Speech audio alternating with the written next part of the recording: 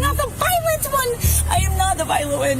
You know what you need? Oh, you about to Your say ass something? whipped. I know you think you're above the law, bitch. You're not, you pussy ass. He's crashed out. Oh, this is bullshit. I swear to God. Every woman, this is bullshit. So, when deputies pulled up to that house, they had no idea they were walking straight into a couple's meltdown. 2 stories, 0 agreement, and emotions hitting the ceiling. It's not the first time. No, it's not the first time. Situation, but I actually talked to. He. Basically, she's my. Can you step back in the car for me? So she's my ex-wife. Uh-huh. I let her move back in. Can you step in the car for me? I can't because you broke my door handle. I'm not sure it opens. You did break my door handle. I cannot open the door. And here's where things instantly go sideways. The moment the deputies step out of the cruiser, the air feels charged, like the leftovers of a thunderstorm still hanging in the air. They can hear the shouting before they even knock. Doors slam, footsteps shuffle, and by the time the officers step inside, it's chaos wrapped in silence. Both the husband and wife rush toward them, talking over each other, each claiming the other is lying. It's that classic scene you see in Bodycam videos, but somehow this feels heavier, like every word is loaded. The wife is spiraling, hands shaking, pace restless, voice cracking between anger and panic. She's crying one second and outrage the next, and the deputies can barely get a full sentence out before she interrupts again. The husband stands back, quiet, stiff, watching everything unfold like he knows where this is heading. And honestly, you can feel the tension, like something bigger is simmering underneath all this noise. Today, when she has an alcohol problem. Mm-hmm. When she drinks, she gets aggressive and violent. Mm-hmm. And I haven't talked to. I called like about a week ago because I'm trying to have her removed from my house. I'm the sole owner, title owner of the property, and she's a guest, but she's outstayed her welcome because of this drinking. And here the spouse at last steps forward, and the tone changes fast. Nearly as though he had rehearsed this occasion 100 times, he breathes slowly and informs the deputies she has once more been drinking. Not only casual drinking, he says, his voice flat but weary. Every time she drinks, she becomes violent.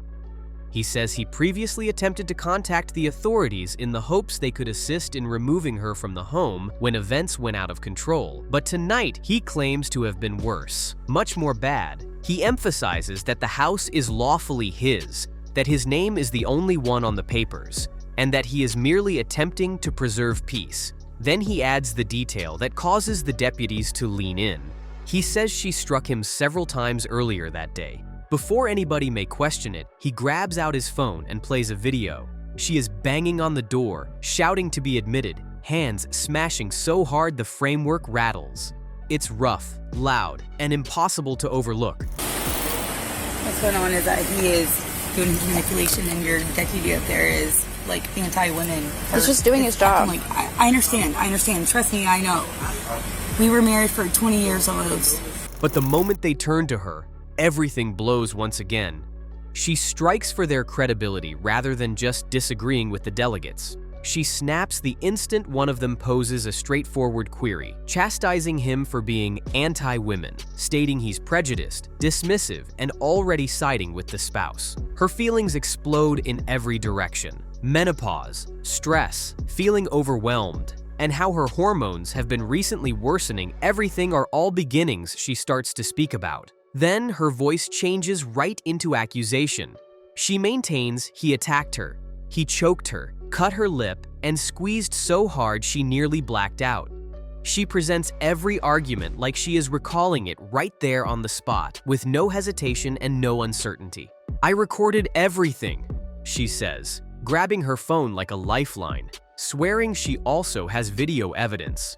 Then she brings in the part that makes the deputies freeze for a second. She says her 10-year-old child witnessed the whole fight. Who do you even trust at this point? And here the scene transforms into a tug-of-war no one can manage. Though the lawmakers try the customary maneuver, separate them, get clean statements, she is not open to it. Even as they lead her a few feet away, she leans, steps, and almost floats back toward her spouse like a magnet pulled in the wrong direction. She tries to cut in every time he opens his mouth, yelling over him, adamant that he is not telling the truth. "Ma'am, stay back. Let him speak," the cops keep telling her. But she can't help it. The husband, meanwhile, remains closed in that stable, nearly cool tranquility. He speaks softly, measured, and opens further phone recordings. Clips of arguments, screaming, doors shutting. He's trying to create a chronology. She is attempting to stop the whole chat. One deputy finally approaches her and tells her flatly, "You're going to wind up in the patrol vehicle if you keep disrupting." Even then, she talks right through him. I don't know. I'm not doing things like he said. He told my 17-year-old last night, women need to be beaten. They need to be told what to do. They need to be hit, and they need to be beaten, and they need to be told what to do. Your mom is not a real woman. But then, she unleashes a list so long the deputies can barely keep up. The moment they give her room to speak, it turns into a rapid-fire cascade of accusations. She says he's been abusing her for years. Not days, not months, years. She claims he choked her just yesterday, squeezing her neck so hard she couldn't breathe. She says he's hit her before, bitten her lip, slapped her right before the deputies arrived tonight. Then she widens the scope, says he controls her finances, her job decisions, everything. Says he manipulates the kids, teaching them that women should be beaten. She's shaking as she talks, pulling at her sleeves, showing spots where she insists she still has bruises and scars from all the things he's done. It's a wave of allegations, serious, emotional, nonstop. And the deputies look caught between two completely different realities: his calm evidence and her desperate avalanche of claims. And I know what kind of fucking psycho I sound like. I really do. I really know. And then, right in front of everyone, she starts to crack open emotionally. It hits fast. One moment she's arguing, the next she's spilling everything in this confused, tangled mess of exhaustion and panic. She admits she's snapped, says she can't take any more of this constant fighting, this pressure building on her from every direction. She tells the deputies she hasn't slept in 48 hours. Not a minute. She's been caring for a newborn grandchild non-stop, feeding, changing, holding, pacing all night while the house feels like it's closing in on her. Then she adds another layer. She says she finally nodded off for a short nap, and when someone called her phone while she slept, her ex got jealous. That's what sparked the whole blow-up, she claims. But the line she repeats over and over, almost chanting, is, "I cannot go to jail. I cannot go to jail." She tells them she'll go to a psych ward instead, anything but handcuffs. The fear in her voice feels raw, frantic, untethered. And here's where his version of today's chaos comes out, and it paints a totally different picture. He tells the deputies that things escalated way before they even showed up. He claims she turned her anger toward the kids first, yelling, throwing things, and getting physical in ways that scared him. He says she became violent with them, and when he stepped in, she hit him 3 times right in the head. He says he kept asking her to leave the house again and again, trying to give her space to cool off. She refused every single time. The situation kept boiling, and he says he finally decided the safest thing he could do was to lock her outside. Not to punish her, just to protect the kids and himself from things getting worse. That's when she started pounding on the door, he says, screaming, pushing, trying to force her way back in. And he recorded it, not out of spite, but because he knew he'd need proof when things blew up like this. Multiple!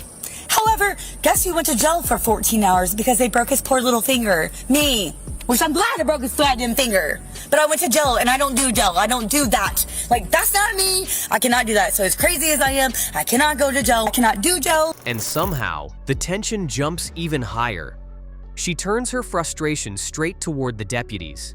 She tells them they don't care about women, that men always get believed first, and that this entire situation is stacked against her. She demands a female officer immediately, insisting a woman would actually listen. Her words tumble out fast, loud, scattered, frustrated. Then she switches gears again, saying the only reason she sounds crazy is that she's overwhelmed, exhausted, pushed past her limit. But even as she says that, she keeps looping back into the same storm of accusations. Years of abuse, years of fear, years of being ignored. At one point, she blurts out, "I hate him," but follows it a beat later with, "I don't want to hurt anyone." It's like her emotions are punching in every direction at once. But the phrase she can't stop repeating is the same one echoing through the entire neighborhood by now. "I will not go to jail. I'm not going to jail."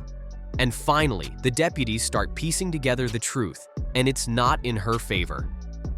After listening to both sides, watching the videos, and trying to get a straight timeline, the officers realize something. She never actually explains what happened today. Not once. Every time they try to refocus her on the incident, she spins off into long emotional stories. Past fights, past pain, old scars, old trauma. It's a circle with no center.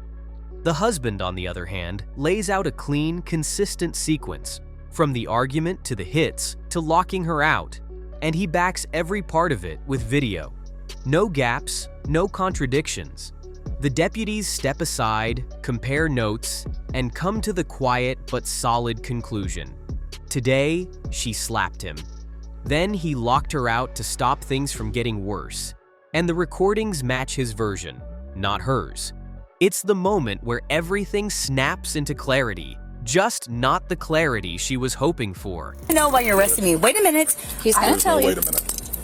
I have a right to know He's why going you're to tell arresting you. me. Really, Daryl?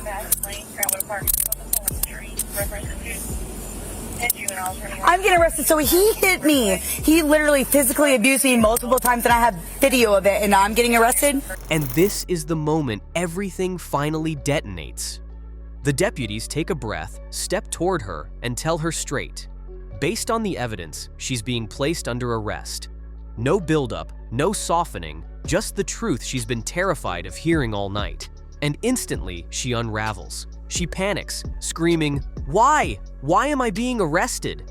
As the words might somehow stop what's already in motion. But then the realization hits her, hard. The videos, the recordings. Her husband is capturing everything. The arguments, the pounding on the door, the slaps. All the little moments she thought would disappear in the noise, frozen on his phone like a timeline she can't outrun. She tries to backpedal emotionally, shaking her head, crying, pleading, insisting she didn't mean anything, insisting she's just overwhelmed. But the officers stay firm. They step in, guide her hands behind her back, and the cuffs click shut while she keeps spiraling, voice cracking, body tense, begging them not to take her in. It's raw, chaotic, heartbreaking, and unavoidable. And that's how a whirlwind of emotion collided with hard evidence and lost. So what's your take on this arrest? Drop your thoughts below. If this breakdown had you locked in, hit like and subscribe, because the next case I'm covering, trust me, it's even more unbelievable than this one.